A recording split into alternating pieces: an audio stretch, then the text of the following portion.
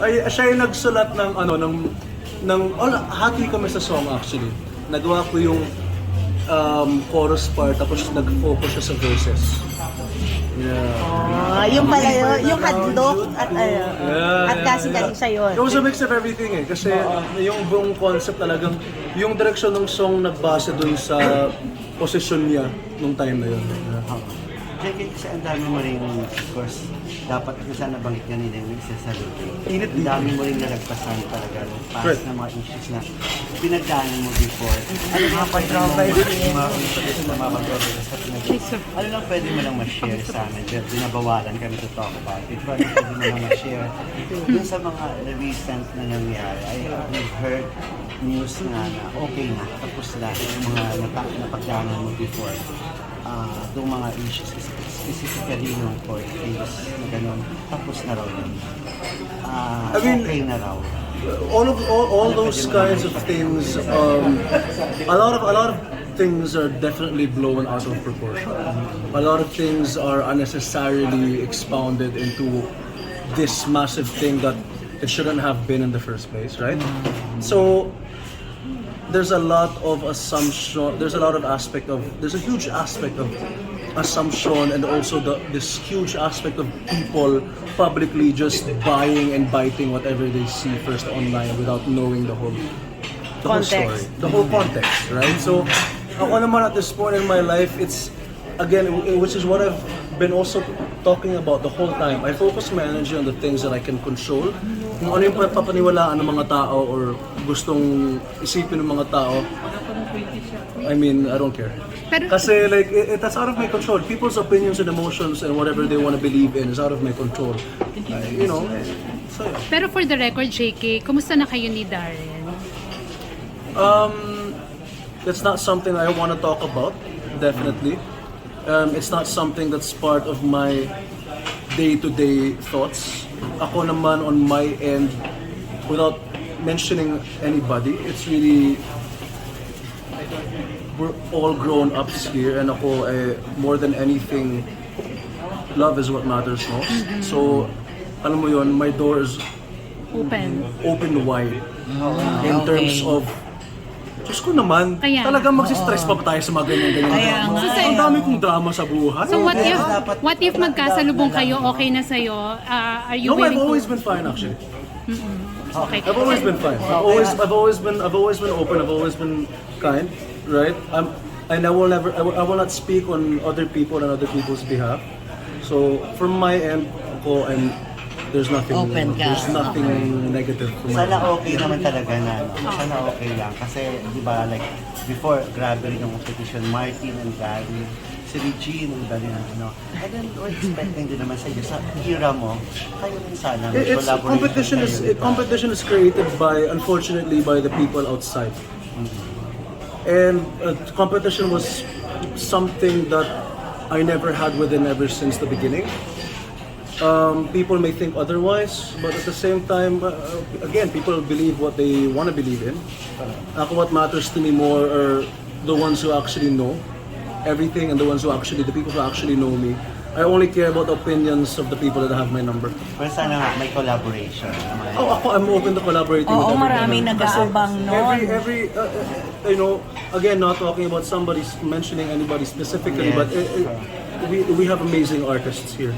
And we have amazing performances. And all of these issues and things aside, it doesn't take away that kind of talent and skill that these people have. May nag-offer na ba? May nag-attempt That's always there. That's always there. But then again, more than anything, it's really time that heals all wounds.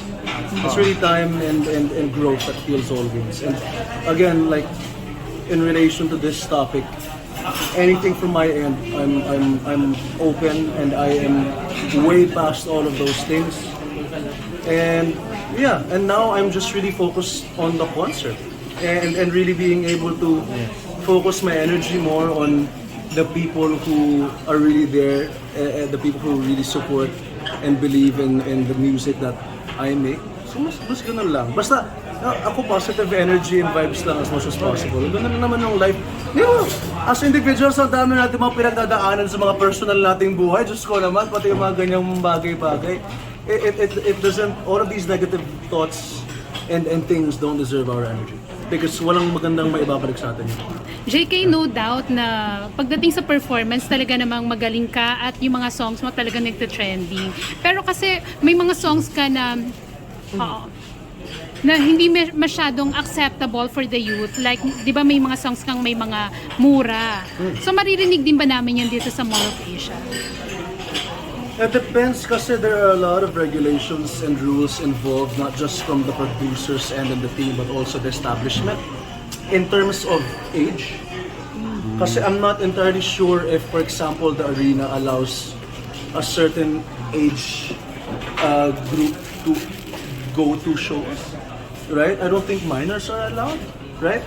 Parang, ano ba, 18? Magsiset ng guidelines. So, ako naman, as a performer, as an artist, I only focus on what I can control and what I can handle. But as a performer and put in live settings, I try to be responsible as much as possible and follow along whatever guideline is set.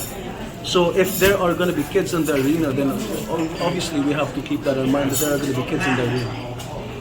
So, gaano ka naapektuhan or how do you handle kapag sinasabing may maraming youth ang nag-idolize sa'yo, but syempre yung mga moralista sinasabing wag nating iduluhin si JK dahil nga yung mga songs niya may mga mura. How do you handle Hindi ko na responsibility yung mga responsibility dapat ng magulang kung ano yung kinukonsume ng mga anak nila. Ganun lang kasimple.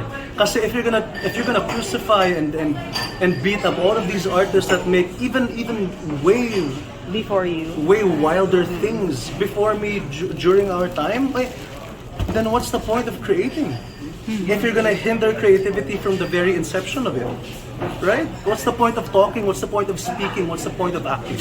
So there are certain entities, for example, on the national television aspect of things, there are certain entities that control. That's why there are certain rules set in place, like ratings for shows and films, rated PG, G, all of these things, 13, 16, 18 plus. That's why those things are there. And on the familial level of things, as much as possible, whatever the children consume is not Your responsibility.